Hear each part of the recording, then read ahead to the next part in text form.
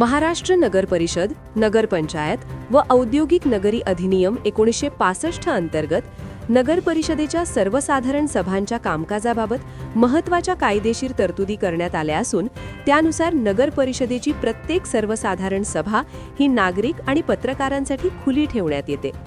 अधिनियमाच्या कलम 81(8) नुसार कोणताही नागरिक किंवा पत्रकार सभेला उपस्थित राहू शकतो. मात्र सभेचे कामकाज सुरळीत आणि शिस्तबद्ध पद्धतीने पार पडावे यासाठी सभेचे अध्यक्ष अर्थात नगराध्यक्ष यांच्याकडे संपूर्ण नियंत्रणाचा अधिकार दिलेला आहे. सभेदरम्यान एखाद्या व्यक्तीच्या वर्तनामुळे किंवा चित्रीकरणामुळे कामकाजात अडथळा निर्माण होत असल्यास संबंधित व्यक्तीला सभागृहाबाहेर जाण्याचे निर्देश देण्याचा अधिकार अध्यक्षांना आहे. कायद्यात व्हिडिओ शूटिंग किंवा चित्रीकरणावर स्पष्ट बंदी नसली तरी प्रत्यक्ष प्रशासनिक पातळीवर पत्रकार किंवा छायाचित्रकारांनी सभागृहात चित्रीकरण करण्यापूर्वी नगराध्यक्ष किंवा मुख्याधिकारी यांची पूर्व परवानगी घेणे आवश्यक मानले जाते, जेणेकरून बैठकीच्या प्रक्रियेत कोणताही व्यत्यय निर्माण होऊ नये.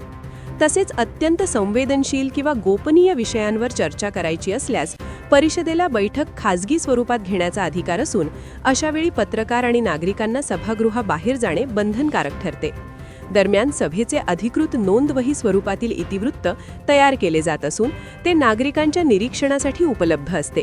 त्यामुळे नगर परिषद बैठक लोकशाही पद्धतीने खुली असली तरी चित्रीकरणासाठी स्थानिक नियमांनुसार पूर्व परवानगी घेणे आवश्यक असल्याचे स्पष्ट होत आहे.